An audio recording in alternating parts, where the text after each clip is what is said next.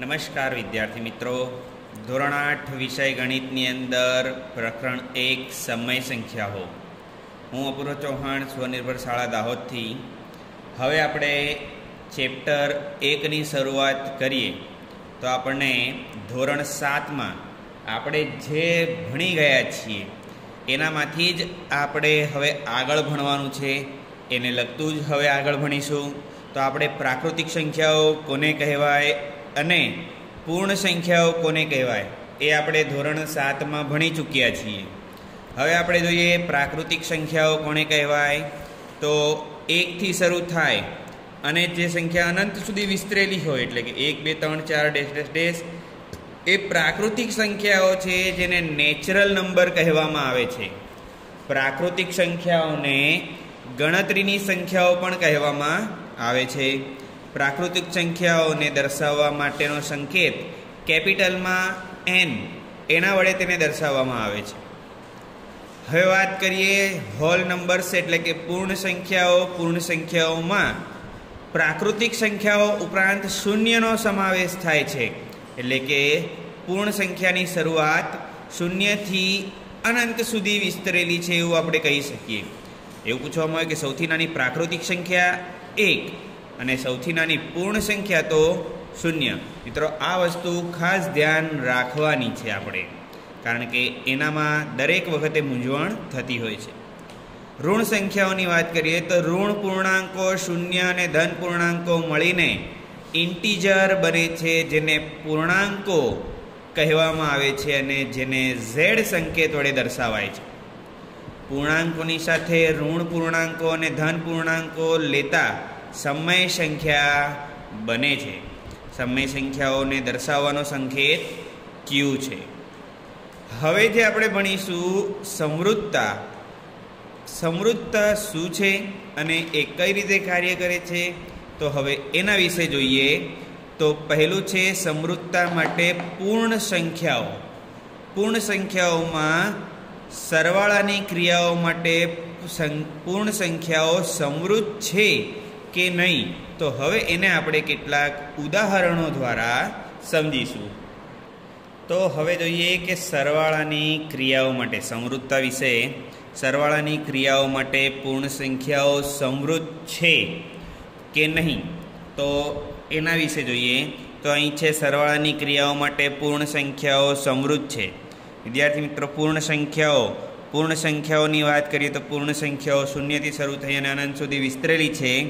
તો આપણે કોઈ પણ બે પૂર્ણ સંખ્યાઓનો સરવાળો કરીએ, બરાબર છે, તો તે સમૃદ્ધ છે કે નહીં, તો પૂર્ણ સંખ્યા જ મળતી હશે.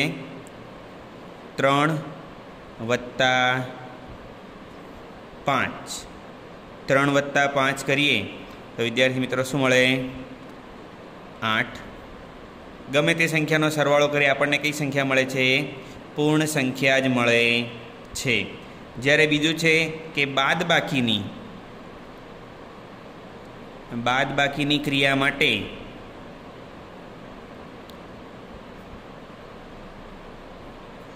પૂર્ણ સંખ્યા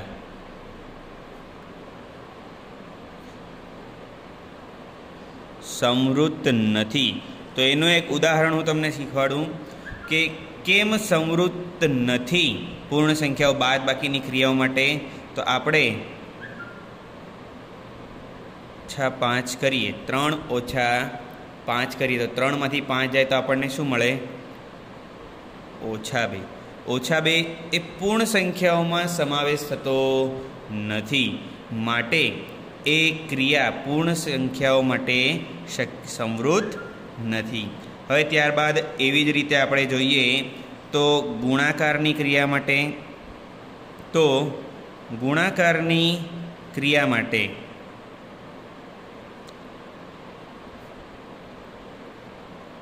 પૂર્ણ સંખ્યા સમૃદ્ધ છે. તો કોઈ પણ બે પૂર્ણ સંખ્યાઓનો ગુણાકાર કરતાં આપણને પૂર્ણ સંખ્યા જ મળે. આપણે 5 × 2 = 10, 50 × 2 = 100, 1000 × 5 તો 5000। આ રીતે આપણને પૂર્ણ સંખ્યાઓ જ મળતી હોય છે। તેથી આપણે કહી શકીએ કે પૂર્ણ સંખ્યાઓ ગુણાકારની ક્રિયાઓ માટે સમૃદ્ધતા ધરાવે છે, કારણ કે કોઈ પણ બે પૂર્ણ સંખ્યાઓનો ગુણાકાર કરતાં આપણને પૂર્ણ સંખ્યા જ મળે છે। માટે બાદબાકી માટે કેમ નથી? તો બાદબાકી માટે કોઈ પણ બે સંખ્યાઓની બાદબાકી કરતાં આપણને પૂર્ણ સંખ્યા મળતી નથી। અહીંયા 3માંથી 5 જાય તો -2 મળે છે, એટલે આ શક્ય નથી। તો હવે ભાગાકારની ક્રિયા માટે પૂર્ણ સંખ્યાઓ સમૃદ્ધ નથી। તો જોઈએ ભાગાકારની ક્રિયાઓ માટે। તો ભાગાકાર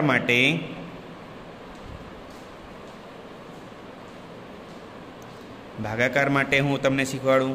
તો એવી જ રીતે આપણે 16/4 કરીએ તો આપણો જવાબ 4 આવશે, બરાબર છે।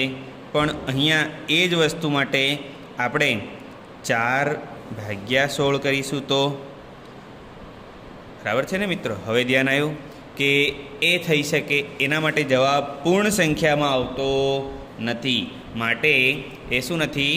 સમૃદ્ધ નથી। હવે જોઈએ પૂર્ણાંક સંખ્યાઓ માટે। તો પૂર્ણાંક સંખ્યાઓમાં સરવાળાની ક્રિયા માટે પૂર્ણાંક સંખ્યાઓ સમૃદ્ધ છે। અહીંયા આપણને એવું કીધું છે કે સરવાળાની ક્રિયાઓ માટે પૂર્ણાંક સંખ્યાઓમાં સમૃદ્ધતા ધરાવે છે।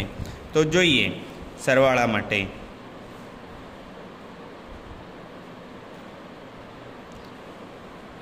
તો સરવાળાની ક્રિયાઓ માટે તો આપણે ઉદાહરણ દ્વારા સમજીએ। પૂર્ણાંક સંખ્યાઓ, સૌથી પહેલાં મિત્રો ધ્યાન રાખજો, પૂર્ણાંક સંખ્યાઓમાં ઋણ પૂર્ણાંક, શૂન્ય અને ધન પૂર્ણાંકોનો સમાવેશ થાય છે।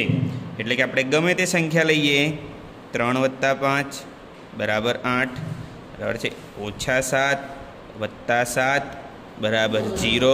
તો આવી પૂર્ણાંક સંખ્યાઓ છે। એટલે આના દ્વારા આપણે સમજી શકીએ કે સરવાળાની ક્રિયા માટે પૂર્ણાંક સંખ્યાઓ સમૃદ્ધ છે। એવી જ રીતે બાદબાકી માટે જોઈએ। તો હવે બાદબાકીની વાત કરીએ તો બાદબાકી માટે તે સમૃદ્ધ છે કે નહીં?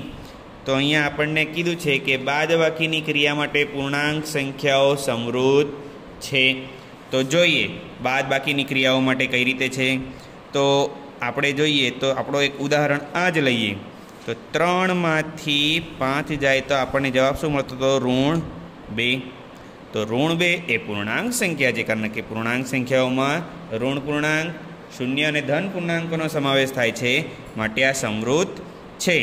આ સમૃદ્ધ છે એ સાબિત કર્યું આપણે। આ પણ સમૃદ્ધ છે એ સાબિત કર્યું, બરાબર છે। હવે ગુણાકારની વાત કરીએ।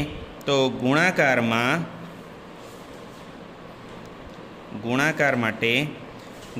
માટે આપણે જોઈએ તો કોઈ પણ બે સંખ્યા લઈએ, -5 × 4, 4 × 5 = 20, -20, બરાબર છે, -4 × -4, 4 × 4 = 16, તો આ રીતે આપણે પૂર્ણાંક સંખ્યાઓ માટે બાદબાકી અને ગુણાકારના નિયમ પણ જોયા, બરાબર છે।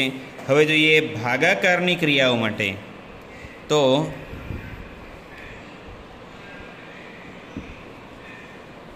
ભાગાકાર માટેની વાત કરીએ આપણે।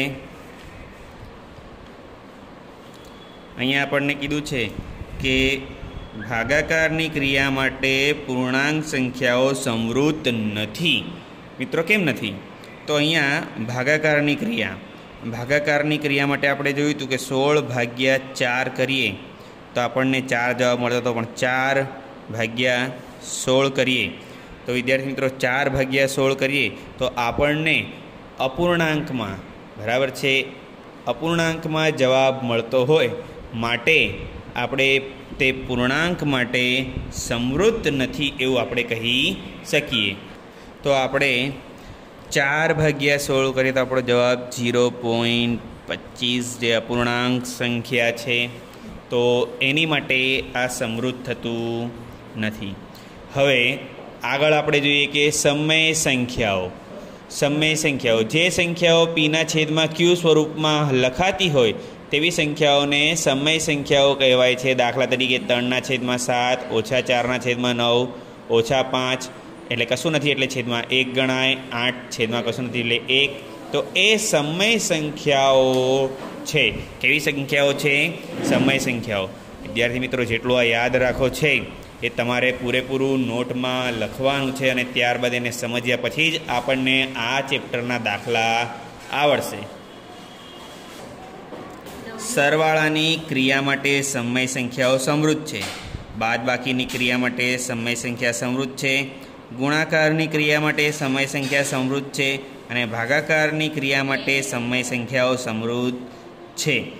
આ દરેક વસ્તુ હવે કઈ સંખ્યા કીધી છે ખાસ ધ્યાન રાખવાની, સમય સંખ્યાઓ. તો જેમ મેં તમને હમણાં શીખવાડ્યું એવી રીતે કોઈ પણ સમય સંખ્યાઓના સરવાળા, બાદબાકી કે ગુણાકાર કે ભાગાકાર કરશો તો તમને જવાબ સમય સંખ્યા જ મળશે.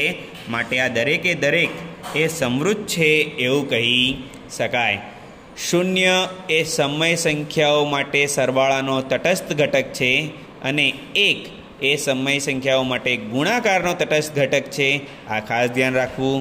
કોઈ પણ બે સમય સંખ્યાઓની વચ્ચે અગણિત સમય સંખ્યાઓ આવેલ હોય છે. બે સંખ્યાઓના મધ્યકનો ખ્યાલ બે સમય સંખ્યાઓ વચ્ચે સમય સંખ્યા શોધવામાં મદદરૂપ કરતો હોય છે. વિદ્યાર્થી મિત્રો, આટલું યાદ રાખો, તમારે લખવાનું છે. ત્યારબાદ જ આપણે આપણો સ્વાધ્યાય શરૂ કરી શકીશું.